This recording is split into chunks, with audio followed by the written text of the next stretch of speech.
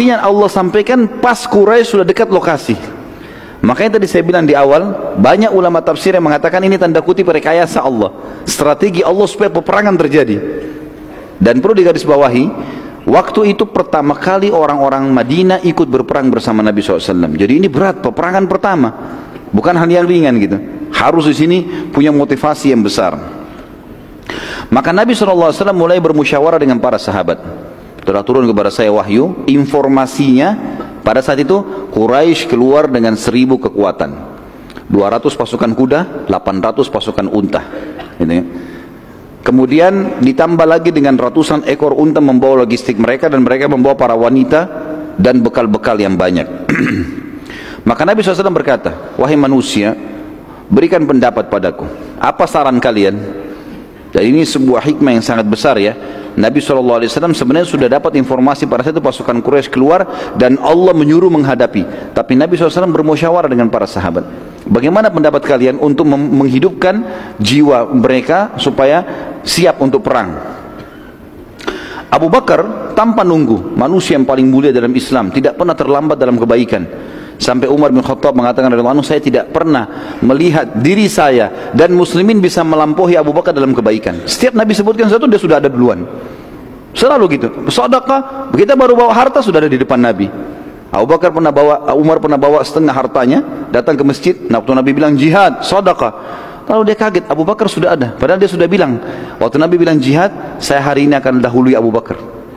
Begitu datang ke masjid, Abu Bakar sudah ada. Lalu Umar mengatakan, pasti hari ini sedekah saya lebih banyak karena saya 50%, seluruh harta setengahnya, setengah harta saya bawa. Lalu duduk, lalu dia tanya Abu Bakar, hai Abu Bakar, apa yang kau berikan? Kata Abu Bakar, seluruh harta saya. Abu Bakar berdiri pada saat itu ya, pada saat lagi genting-gentingnya nih. Ini tunggu pendapat. Ini satu pendapat berpengaruh besar pada perang atau tidak.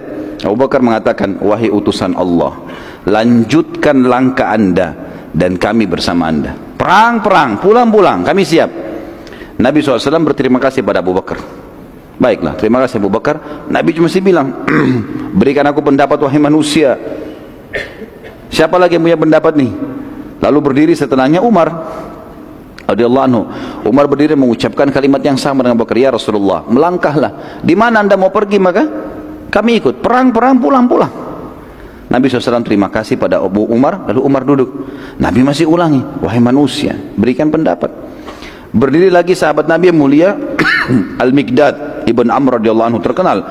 Miqdad ini teman-teman sekalian adalah orang yang luar biasa, sampai dikenal kekuatannya sampai dengan 1000 orang. Umar bin Khattab pun mengakui itu. Dia mengatakan, wahai Rasulullah, berbuat apa saja yang telah Tuhan Anda perintahkan. Apa saja? Kami tidak akan mengucapkan kepada Anda seperti yang diucapkan oleh Bani Israel kepada Musa alaihissalam.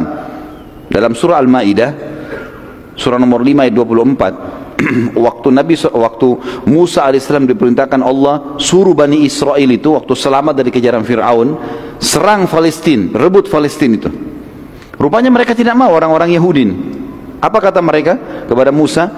Mereka berkata, surah Al-Maidah surah nomor 5 ayat 24, a'udzubillahi minasyaitonir rajim, qalu ya Musa inna lan nadkhulaha abadan ma damu fiha fadhhab anta wa rabbuka faqatila innaha huna qaidun. Mereka berkata, hai Musa, ini termasuk sahabat-sahabat Musa ya, berkata pada saat itu, kami sekali-kali tidak akan memasuki Palestina selama-lamanya, karena selama mereka ada di dalam Palestina, rupanya ada orang-orang yang asli turunan Yaman, mereka postumnya kuat-kuat, tapi mereka waktu itu menyembah berhala. Orang-orang Yahudi tidak mau masuk sana. Apa kata mereka? Pergilah kamu berdua dengan Tuhanmu, hai Musa, perangi, kalau menang beritahukan kepada kami, sementara kami akan tunggu di sini. Kurang ajar sekali. Apa kata Miqdad radhiyallahu anhu, ya Rasulullah, kami jalankan apa perintah Tuhan Anda dan kami tidak akan mengucapkan kepada Anda apa yang diucapkan Bani Israel untuk Musa. Tapi kami akan mengatakan, pergilah Anda dengan Tuhan Anda dan perangilah mereka, sementara kami akan bersama dengan kalian berdua berperang. Demi Allah, wahai utusan Allah, bila Anda membawa kami ke Biraqal Jimad, pastikan tidak seorang pun di antara kami yang berkhianat, pasti kami akan ikut. Perlu teman-teman garis bawahi, apa sih Biraqal Jimad? Kenapa Miqdad memilih kalimat ini?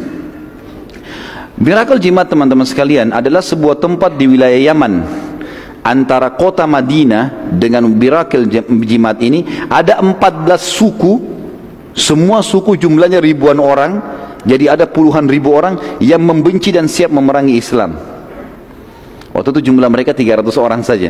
Apa kata Mikdad? Ya Rasulullah, kalau anda mengajak kami ke Birakal Jimat, ya, ke sana, Birakal Jimat ini tadi dari Madinah ke sana jaraknya ada 14 suku, ribuan orang, semuanya benci Islam.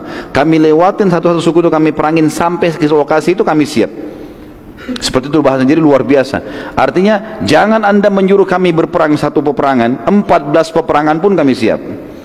Kalimat yang luar biasa. Kata sahabat yang merawikan hadis ini, sungguh Mikdad telah mengucapkan kalimat di perang Badar yang aku berharap aku yang mengucapkannya, karena kalimat itu lebih aku cintai daripada humurun ni'am, atau nikmat yang terbesar, gitu kan. Karena kalimat ini mulia sekali. Nabi SAW masih belum puas. Beliau berterima kasih pada kita lalu mengatakan, wahai manusia, berikan pendapat. Masih kurang kalau cuma 3 orang. Ayo, siapa lagi yang bisa pendapat? Ahli sejarah mengatakan sebab Nabi SAW terus meminta pendapat karena semua yang memberikan pendapat dari Abu Bakar, Umar, Mikdad radhiyallahu anhu ini adalah orang-orang Mekah semua. Orang-orang Mekah wajar karena mereka masih marah sama Quraisy, perilaku-perilaku yang jahat. Belum ada satupun orang Madinah yang memberikan pendapat nih. Makanya Nabi tanya terus, wahai manusia. Tapi Nabi punya tata krama. Nabi gak bilang, wahai Ansar bagaimana kalian? Enggak. Wahai manusia, berikan pendapat lagi. Nabi tunggu terus. Terus saja, dan tercatat dalam sejarah ini baru peperangan pertama diikuti oleh orang-orang Ansar bersama Nabi SAW. Dan perlu digarisbawahi teman-teman sekalian, di Baiat Aqabah pada saat Nabi SAW di Mekah dan orang-orang Quraisy, orang-orang Madinah datang membaiat Nabi SAW, memberikan kesetiaan, janji setianya, itu akan membela Nabi di Madinah, di kota Madinah. Di luar Madinah belum ada akad. Akadnya waktu itu, kalau anda datang ke Madinah ya Rasulullah, kami bela anda. Jadi belum ada akad. Kalau sudah tiba di Madinah, kami menyerang, anda menyerang, kami ikut. Belum ada itu. Maka Nabi SAW ingin tahu ini, benar gak ini, gimana Madinah ini? Pada saat itu teman-teman sekalian, Sa'ad bin Mu'adz tadi tokoh kita yang mulia, pimpinan suku Aus, tadi saya keliru, saya katakan Khazraj ya. Beliau berdiri lalu mengatakan, kami melihat ya Rasulullah, seakan-akan anda menyinggung kami orang-orang Ansar. Kata Nabi SAW, iya ya. Karena ini berat, ini peperangan, menumpahkan darah, meninggalkan keluarga, segala macam. Saat lalu berkata, demi Allah ya Rasulullah, bila anda menyeberangi lautan, niscaya kami akan senantiasa bersama anda. Maka Nabi SAW sangat senang dengan pernyataan Sa'ad, karena Sa'ad mewakili orang-orang Ansar, pimpinan mereka. Lalu beliau bersabda pada saat itu, turun wahyu menyampaikan berita gembira khusus bagi yang hadir di situ. Kata Nabi SAW, berita gembira buat kalian semua. Ini yang hadir nih, 313 orang dapat berita gembira dari langit sekarang. Beritanya adalah, sesungguhnya Allah Azza wa Jal, Allah yang maha tinggi dan maha mulia, telah menjanjikan kepadaku salah satu dari 2 kemenangan. Berhasil mendapatkan kafilah dan kita rebut semuanya 2.500 ekor unta, atau kalaupun berhadapan sama musuh pasukan Quraisy, kita akan menang walaupun jumlah mereka 1.000. Maka para sahabat senang dengan berita ini, berarti berita wahyu langsung sampai dari langit. Ini pasti menang, mau lemah, mau jumlahnya sedikit, mau tidak punya keterampilan perang, pokoknya menang. Tiketnya sudah ada. Tapi para sahabat itu yakin benar. Anda nggak tahu kalau kita yang hadir pada saat itu. Allahu a'lam. Dari seluruh mukminin yang patuh kepada Tuhan yang Maha Perkasa dan Rasulnya Muhammad SAW, semuanya gembira. Tetapi ada satu hal, kata ulama sejarah ya. Di sini jiwa para sahabat berharap dapat kafilah, bukan perang. Karena mereka juga berpikir kafilah cuma 40 orang yang dilawan, ini 1.000 orang. Ini penjaga kafilah biasa seperti mereka. Ini pasukan perang, keluar dengan banyak bekal. Maka jiwa mereka tetap berharap supaya dapat kafilah. Mereka tidak berharap ada peperangan. Dan Allah ceritakan masalah itu dalam surah Anfal ayat surah nomor 8 ayat 5. A'udzu billahi minasyaitonir rajim. Kama akhrajaka rabbuka min baitika bil haqq wa inna fariqam minal mu'minina lakarihun. Sebagaimana Tuhanmu telah mengeluarkan Muhammad dari rumahmu dengan kebenaran. Artinya tadi sudah kita bilang ada rekayasa tanda kutip Allah di sini. Dan sesungguhnya sebagian orang-orang mukmin tidak menyukainya. Mereka tidak berharap terjadi peperangan, terharap mengejar kafilah. Nabi SAW terus saja lalu meneruskan perjalanan setelah mendapat pendapat tersebut hingga sampai ke sebuah tempat di wilayah Badr yang bernama Udwatid Dunya, tepatnya di utara Badr, dan beliau berkemah di belakang Udwatid Dunya. Jadi perlu saya kasih gambaran tentang kondisi perang Badr, teman-teman. Ada satu gunung besar. Gunung besar ini yang lebih dekat dengan Madinah namanya Udwatid Dunya. Di sebelahnya gunung itu namanya Udwatil Quswa. Jadi dunia dan Quswa gitu ya. Pasukan Nabi SAW tiba di Udwatid Dunya. Belum tahu ini lokasi perang di mana, tapi yang jelas sampai di situ. Lalu Nabi SAW menyuruh para sahabat untuk tinggal sejenak, istirahat, dan itu sudah menjelang malam. Rupanya tanpa diketahui oleh Nabi SAW, pasukan Quraisy tiba di Udwatil Quswa, di seberangnya gunung. Jadi cuma batasnya gunung, sini pasukan sini pasukan, dua-duanya tidak saling tahu kalau ini sudah ada pasukan di situ. Dan yang luar biasa di sini kata ulama tafsir, di sini tanda kutip tidak ada rekayasa Allah. Kafilahnya Abu Sufyan lolos. Kafilah Abu Sufyan tidak tahu kalau pasukan sudah tiba di lokasi itu. Mereka juga tidak tahu kalau pasukan muslimin ada. Kedua pasukan tidak saling tahu. Luar biasa Allah atur kejadian ini, dan kita akan bacakan ayat berbicara masalah itu.